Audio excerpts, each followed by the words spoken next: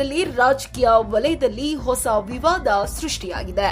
CM Siddaramaiah, DCM D K Shivakumar ಹಾಗೂ ಹಲವು ಸಚಿವರ ವಿರುದ್ಧ ಸಾಮಾಜಿಕ ಜಾಲತಾಣದಲ್ಲಿ ಅವಹೇಳನಕಾರಿ ಪೋಸ್ಟ್ ಪ್ರಕಟಗೊಂಡಿದೆ. ಈ ಪೋಸ್ಟ್ ಅನ್ನು ಬಿಜೆಪಿ ಎಕ್ಸ್ ಖಾತೆಯಿಂದ ಬಿಡುಗಡೆ ಮಾಡಲಾಗಿದೆ ಎಂಬ ಆರೋಪ ಕೇಳಿಬಂದಿದೆ. ಪೋಸ್ಟ್ ನಲ್ಲಿ ಸಿಎಂ, ಡಿಸಿಎಂ ಹಾಗೂ ಸಚಿವರ ಫೋಟೋಗಳನ್ನು ಬಳಸಿ ಸ್ಕ್ಯಾಮ್ ಲಾರ್ಡ್ ಎಂಬ ಶೀರ್ಷಿಕೆ ನೀಡಲಾಗಿದೆ.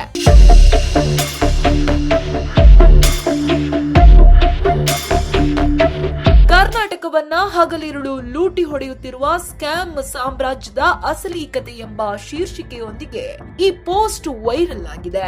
ಲೂಟಿ ಮತ್ತು ಸ್ಕ್ಯಾಮ್ ಪದಗಳನ್ನು ಬಳಸಿ ವ್ಯಕ್ತಿತ್ವ ಹರಣ ಹಾಗೂ ಸಮಾಜದಲ್ಲಿ ಗೊಂದಲ ಸೃಷ್ಟಿಸಲು ಯತ್ನಿಸಲಾಗಿದೆ ಎಂದು ಆರೋಪಿಸಲಾಗಿದೆ.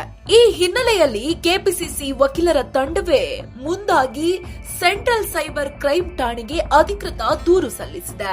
ದೂರು ಸ್ವೀಕರಿಸಿದ ಪೊಲೀಸರು ಪ್ರಕರಣ ದಾಖಲಿಸಿಕೊಂಡು ತನಿಖೆ ಆರಂಭಿಸಿದ್ದಾರೆ. ರಾಜಕೀಯ ನಾಯಕರ ವಿರುದ್ಧ ಅವಹೇಳನಕಾರಿ ಪೋಸ್ಟ್ಗಳು ಸಾಮಾಜಿಕ ಜಾಲತಾಣಗಳಲ್ಲಿ ಹರಿದಾಡುತ್ತಿರುವುದು ಹೊಸದೇನಲ್ಲ. ಆದರೆ ಈ ಬಾರಿ ನೇರವಾಗಿ ಸಿಎಂ, ಡಿಸಿಎಂ ಹಾಗೂ ಸಚಿವರ ಫೋಟೋಗಳನ್ನು ಬಳಸಿ ಆರೋಪ ಮಾಡಿರುವುದು ಗಂಭೀರ ಚರ್ಚೆಗೆ ಕಾರಣವಾಗಿದೆ.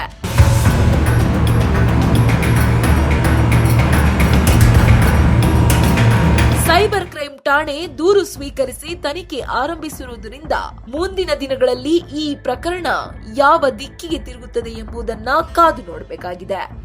ರಾಜಕೀಯ ವಲಯದಲ್ಲಿ ಸಾಮಾಜಿಕ ಜಾಲತಾಣದ ಬಳಕೆ, ಅಭಿಪ್ರಾಯ ವ್ಯಕ್ತಪಡಿಸುವ ಸ್ವಾತಂತ್ರ್ಯ ಮತ್ತು ಅವಹೇಳನಕಾರಿ ಪೋಸ್ಟ್ಗಳ ನಡುವಿನ ಗಡಿ ಎಲ್ಲಿ ಎಂಬ ಪ್ರಶ್ನೆ ಮತ್ತೊಮ್ಮೆ ಎದ್ದಿದೆ.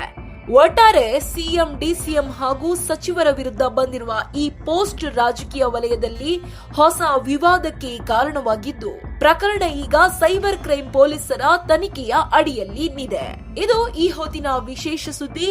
ಇನ್ನಷ್ಟು ವಿಶೇಷ ಅಪ್ಡೇಟ್ಸ್ಗಾಗಿ ನೋಡ್ತಾ ಇರಿ ಸಪ್ತಾಶ್ವ ಟಿವಿ.